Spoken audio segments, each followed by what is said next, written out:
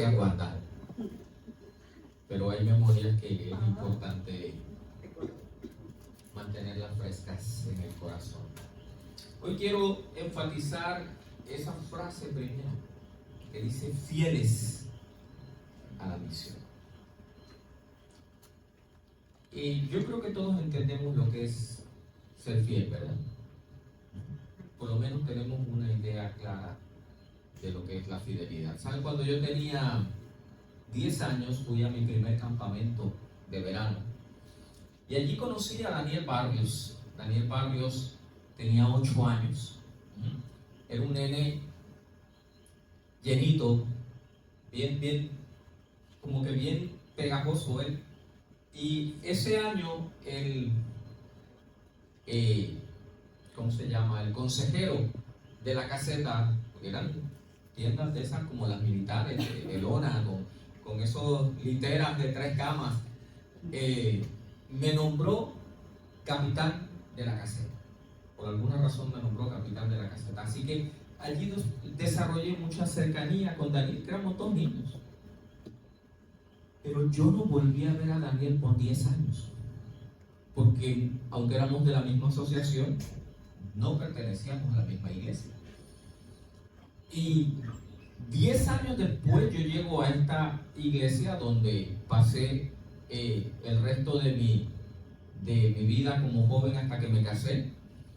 Y un sábado viene Daniel mide como un poco más de 6 pies, ¿verdad? Pero es como de la complexión de Reinaldo.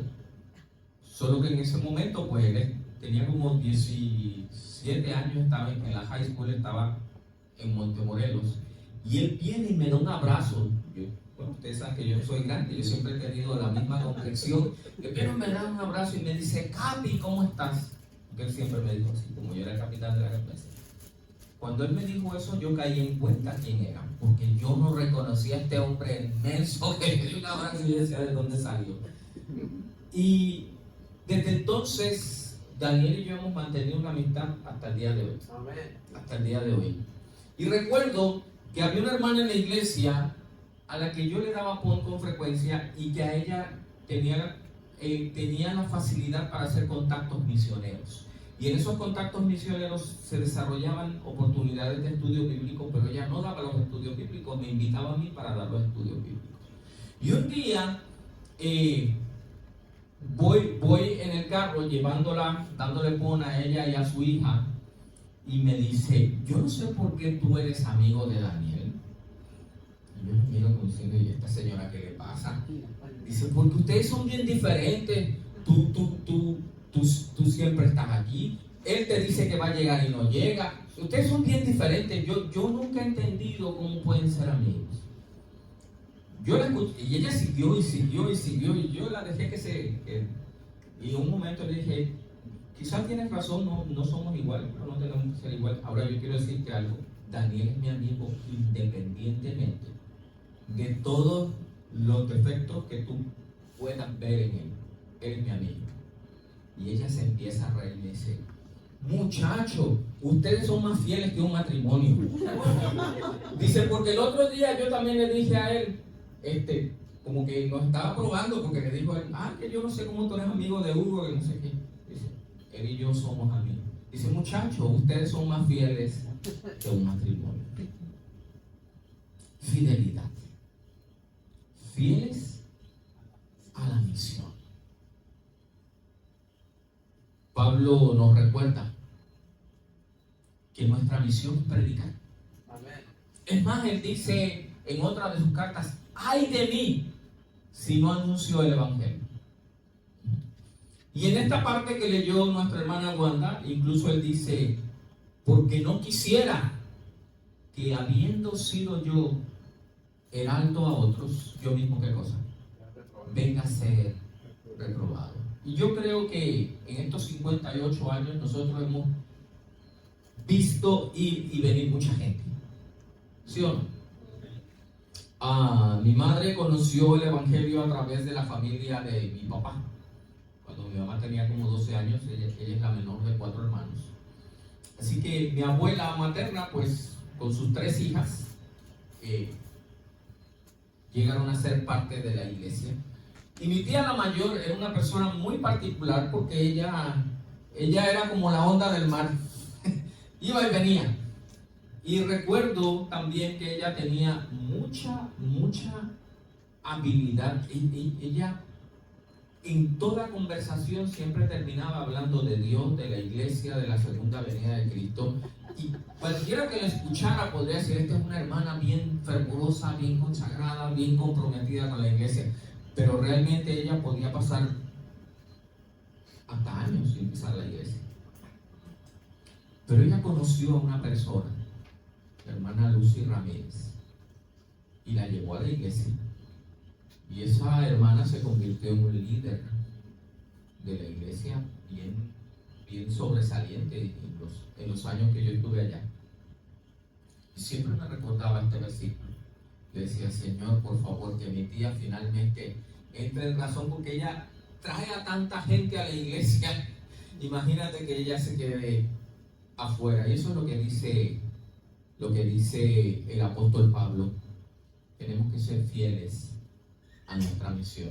En la Biblia hay una historia que quizá pocos han leído, y si la han leído no le han prestado mucha atención. Y vamos a ir al primer libro de Reyes, capítulo 3. Voy a leer allí desde el versículo 1.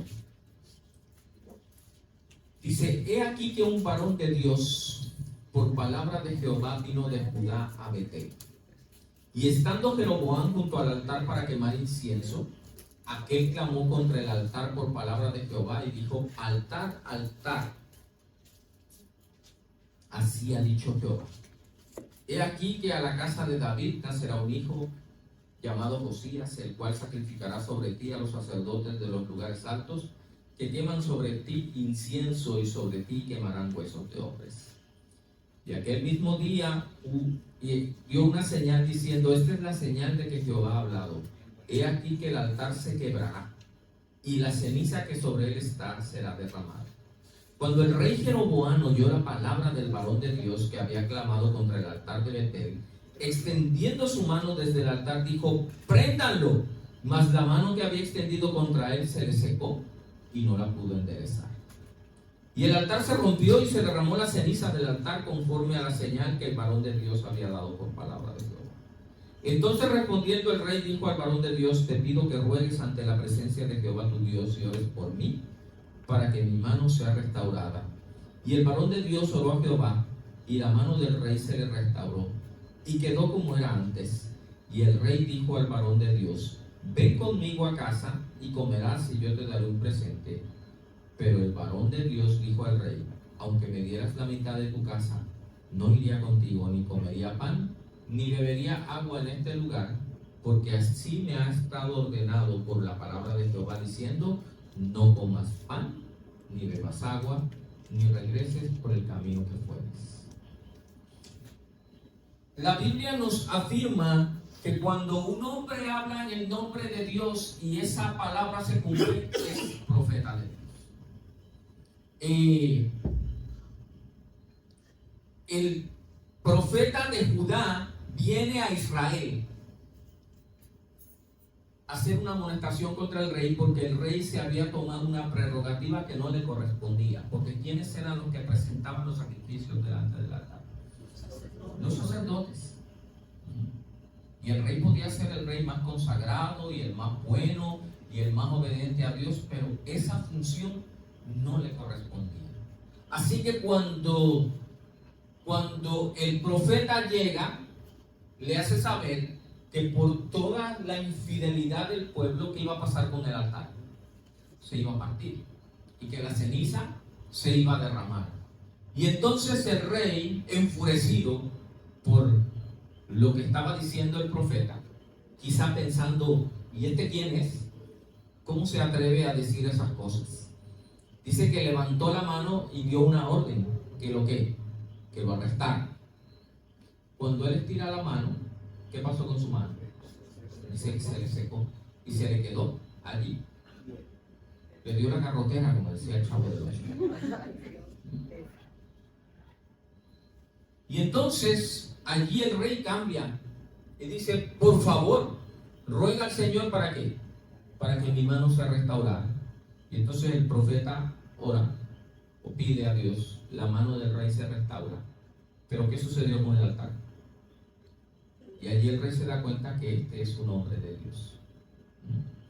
Ahora, el rey ahora cambia de actitud y quiere agasajar al profeta. Y el profeta le dice: no, aunque me des la mitad de tu reino, contigo no voy. Porque el Señor me dijo: no comas pan, no tomes agua y no regreses por el mismo camino por donde te fuiste. Fieles a la misión. La misión del profeta era ir, dejar su mensaje, ver el poder de Dios manifestado para que la gente reaccionara sobre las cosas que estaba haciendo mal y regresar. Eso era todo lo que tenía que hacer. ¿Ah? Por otro camino, es correcto. Versículo 10, continuamos la historia. Regresó pues por otro camino y no volvió por el camino por donde había venido a Betel. Moraba entonces en Betel un viejo profeta, al cual vino su hijo y le contó todo lo que el varón de Dios había hecho aquel día en Betel. Le contaron también a su padre las palabras que había hablado al rey. O sea, este muchacho vino asombrado a contarle lo que acababa de presenciar en el altar de Betel. Imagínense, ustedes no llegarían a contar lo que habían visto. Todos me imagino que era el tema de conversación, y él vino y le dijo al papá: hubieras visto, el hombre del Señor habló y la mano del rey se secó y el altar con lujo de detalle y todo emocionado. Y entonces el padre le dice: ¿por qué camino se fue? Dice: y sus hijos le mostraron el camino por donde había regresado el varón de Dios que había venido de Judá. Y él dijo a sus hijos: ensíllenme el asno. Y ellos le enseñaron el asno y él lo montó. Y yendo tras el varón de Dios, le halló sentado debajo de una encina y le dijo: ¿eres tú el varón de Dios que vino de Judá? Él dijo: yo soy. Entonces le dijo: ven conmigo a casa y come pan. Mas él respondió: no puedo volver contigo, ni iré contigo, ni tampoco comeré pan, ni beberé agua contigo en este lugar, porque por palabra de Dios me ha sido dicho: no comas pan, ni bebas agua allí, ni regreses por el camino por donde fueres. Y el otro dijo mintiéndole: yo también soy profeta como tú. Y un ángel me ha hablado por palabra de Jehová diciendo: tráele contigo a tu casa para que coma pan y beba agua. Entonces volvió con él y comió pan en su casa y bebió agua. Y aconteció que estando ellos en la mesa, vino palabra de Jehová al profeta que le había hecho volver, y clamó al varón de Jehová que había venido de Judá diciendo: así dijo Jehová, por cuanto has sido rebelde al mandato de Jehová, y no guardaste el mandamiento que Jehová tu Dios te había prescrito, sino que volviste y comiste pan y bebiste agua en el lugar donde Jehová te había dicho que no comieses pan ni bebieses agua, no entrará tu cuerpo en el sepulcro de tus padres. Cuando había comido pan y bebido, el que había hecho volver le ensilló el asno, y yéndose le topó un león en el camino y le mató. Y su cuerpo estaba echado en el camino, y el asno junto a él, y el león también junto al cuerpo. Y aquí unos que pasaban y vieron el cuerpo que estaba echado en el camino y el león que estaba junto al cuerpo, vinieron y lo dijeron en la ciudad donde el viejo profeta habitaba. Oyéndolo el profeta que había hecho volver del camino, dijo: el varón de Dios es, que fue rebelde al mandato de Jehová. Por tanto Jehová le ha entregado al león, que le ha quebrantado y matado, conforme a la palabra de Jehová que él les dijo. Y habló a sus hijos y les dijo: ensíllenme un asno, y ellos se lo ensillaron. Y él fue y halló el cuerpo tendido en el camino, y el asno y el león que estaban junto al cuerpo. El león no había comido el cuerpo, ni dañado al asno. Entonces tomó el profeta el cuerpo del varón de Dios, lo puso sobre el asno y se lo llevó. Y el profeta viejo vino a la ciudad para endecharle y enterrarle, y puso el cuerpo en su sepulcro, y le endecharon diciendo: ay, hermano mío. Historia extraña, ¿verdad? ¿La habían leído antes? Porque aparentemente el hombre que fue a decirle: hey, vente, vamos a comer a casa, reclamaba ser un profeta también. De hecho, eso le dijo: yo soy profeta como tú, y el Señor me dijo que vengas conmigo y que comas en mi casa.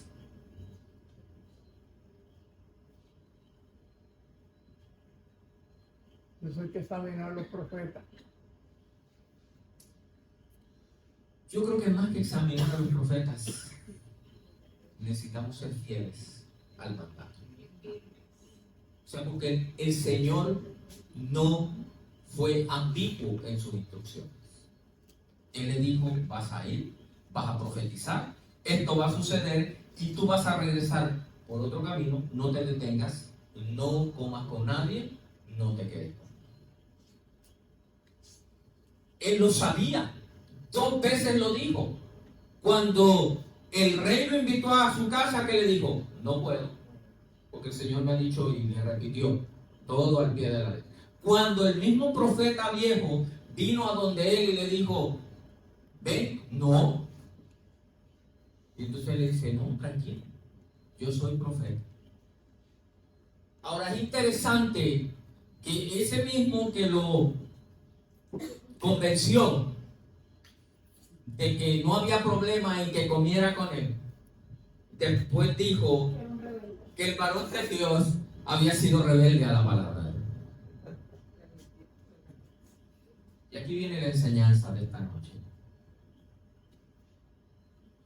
Nosotros somos un pueblo con un mensaje profético, ¿sí o no? Amén.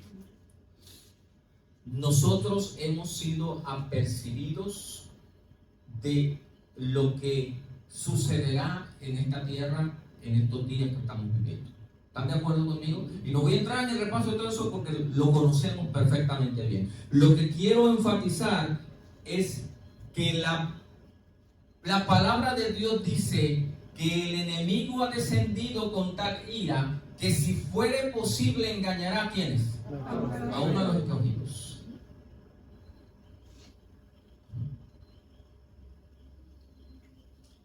Este profeta se dejó engañar por alguien que le dijo, yo también soy del Señor, y el Señor me dijo, ven conmigo, que tú vengas conmigo.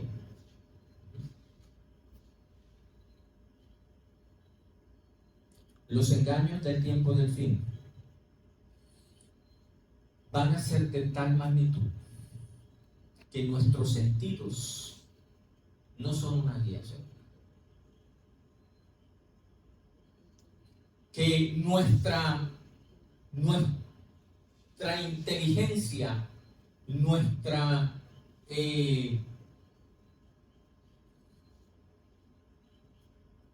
experiencia caminando con el Señor o estando en la iglesia no son salvaguardas suficientes para los engaños del enemigo. Y Pablo dice, yo golpeo mi cuerpo y lo pongo en servidumbre, no sea que habiendo sido yo heraldo a otros, yo mismo venga a ser desechado. Qué triste que un hombre que tuvo la oportunidad de ser un instrumento de Dios y de ver el poder de Dios manifestarse ante un personaje tan imponente o tan amenazante como el rey. Y aún así él se mantuvo firme allí y no temió, y Dios se manifestó y cumplió su palabra a través de él. Pero después se descuidó. Y un descuido le costó la vida. Dice que después de una gran victoria vienen los peores fracasos. Te estás adelantando.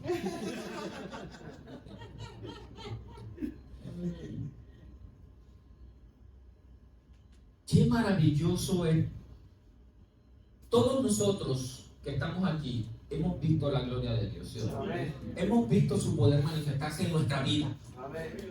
Hemos visto cómo Dios nos ha usado como instrumento en alguna circunstancia para traer bendición a otra persona, ¿sí o no? Y esos momentos de bendición y de victoria, por llamarlo de alguna manera, esos momentos de gozo, de satisfacción, de ver cómo Dios se manifiesta en nuestra vida o a través de nuestra vida, pueden llevarnos a bajar la guardia cuando yo estaba en esa lucha personal para aceptar el llamado del Señor al ministerio, estaba conversando con un amigo pastor allá en la Ciudad de México, porque él usó una frase en una predicación, y esa frase siempre la he tratado de mantener en mi vida. La copa más difícil de llevar es la copa que está llena. ¿Verdad? Porque cuando la copa está llena, es más fácil que se derrame, ¿sí o no? Cuando en nuestra vida todo está bien, cuando en nuestro caminar con Dios todas las cosas parecen ir en la dirección correcta, cuando nosotros somos conscientes de que Dios está trabajando en nosotros y a través de nosotros hacia otras personas, es muy fácil desarrollar suficiencia propia. Es muy fácil creer que como Dios me ha usado, entonces me convierto prácticamente en infalible. Y todo lo que yo pienso, y todo lo que yo digo, y todo lo que yo hago, esa es la voluntad de Dios. Porque el Señor me ha usado. El Señor ha estado conmigo. Incluso las otras personas lo ven y me lo dicen. Y es fácil creerme que puedo seguir siendo usado por Dios porque lo fui en el pasado, y desconectarme y perder de perspectiva de que es por Él, de que es por nuestra comunión con Él, y que esa comunión, como dicen los puertorriqueños, la gente le tira pedradas al palo que da fruto, porque el que está vacío nadie le hace caso. En ese momento de fructificación, de éxito, por llamarlo de alguna manera, de ver cómo Dios está usándome para su honra y para su gloria, el enemigo va a redoblar su intención de desviarme del camino. Porque si yo caigo, normalmente no caigo solo, porque hay personas que de alguna manera me han visto, y verme caer los hace a ellos desanimarse. Si fulano de tal cayó, ¿qué me espera? Y este hombre, que había hecho todo como Dios le había dicho, viene este ser y le dice: ya, el Señor dijo que está bien, que vayas conmigo, vamos a celebrar. Y después él mismo le dice: eso le pasó por ser rebelde a la puerta de Jehová. ¿Saben qué? Eso ilustra precisamente cómo trabaja nuestro enemigo. La especialidad del enemigo es hacerte pensar: todo está bien. Eso no es tan grave, olvídate del asunto. Y cuando te convence, incluso te puede convencer de que es la voluntad de Dios. Después te acusa. ¿Ah? Después te acusa. Después te acusa. Después dice: el profeta rebelde. Ahora ya no era el profeta joven, ahora es el profeta rebelde. Hoy el Señor nos recuerda que necesitamos seguir fieles a la misión. Fieles a la misión implica que nuestra única esperanza de ser fieles está en mantener una relación de obediencia a la palabra de Dios. Y aunque a veces parece que todo lo demás nos dice que Dios cambió de opinión, no, Dios es el mismo, ayer, hoy y siempre. Y por eso es que Pablo nos invita, allí en la lectura que tuvimos hace un rato: ¿no sabéis que los que corren en el estadio, todos a la verdad corren, pero uno solo se lleva el premio? ¿Cuántos han participado en un concurso, en un maratón, en una carrera de algo, en un juego de baloncesto? ¿Quién es premiado? No. Bueno, algunos tienen la costumbre de poner el premio de primero, segundo y tercer lugar, pero aún cuando los ponen allí en el podio, exactamente. Pablo usa esa ilustración y dice: todo el que entrena para participar en una competencia se disciplina, se abstiene, practica. Digo, porque tú no puedes llegar a un maratón, inscribirte hoy y pensar que vas a ganar el primer lugar si ni siquiera has corrido una milla en tu vida, ni siquiera bajas las escaleras. Imagínate. Dice, ellos practican, se abstienen, se disciplinan, luchan. ¿Y solo qué cosa? Ahora es interesante que él no dice, pero aquí todos lo ganamos. No, él primero dice, corre de tal manera que quede. Es decir, si hubiese solo un premio, que sea el tuyo. Eso es lo que está diciendo Pablo ahí. No sé si se dieron cuenta. Corre de tal manera que lo obtengas. Ahora, después sigue diciendo, así que yo de esta manera corro, no como a la aventura. De esta manera peleo, no como quien golpea al aire, sino que golpeo mi cuerpo, lo pongo en servidumbre, no sea que habiendo sido heraldo para otros, yo mismo venga a ser eliminado. Y qué maravilloso es que cuando Pablo le escribe a Timoteo y le dice, y está ya en conocimiento de que su sentencia de muerte ha sido dictada. Él escribe a Timoteo y le dice aquellas famosas palabras: he peleado la buena batalla, he acabado la carrera y he guardado la fe. Por lo demás, está guardada la corona, la cual me dará en aquel día el juez justo. Y ahí se añade, y no solo a mí, sino a todos los que esperen su venida. Hoy no solamente debemos ser fieles a la misión, debemos ser fieles a la meta que Dios ha establecido para nosotros. Y esa meta es la patria celestial.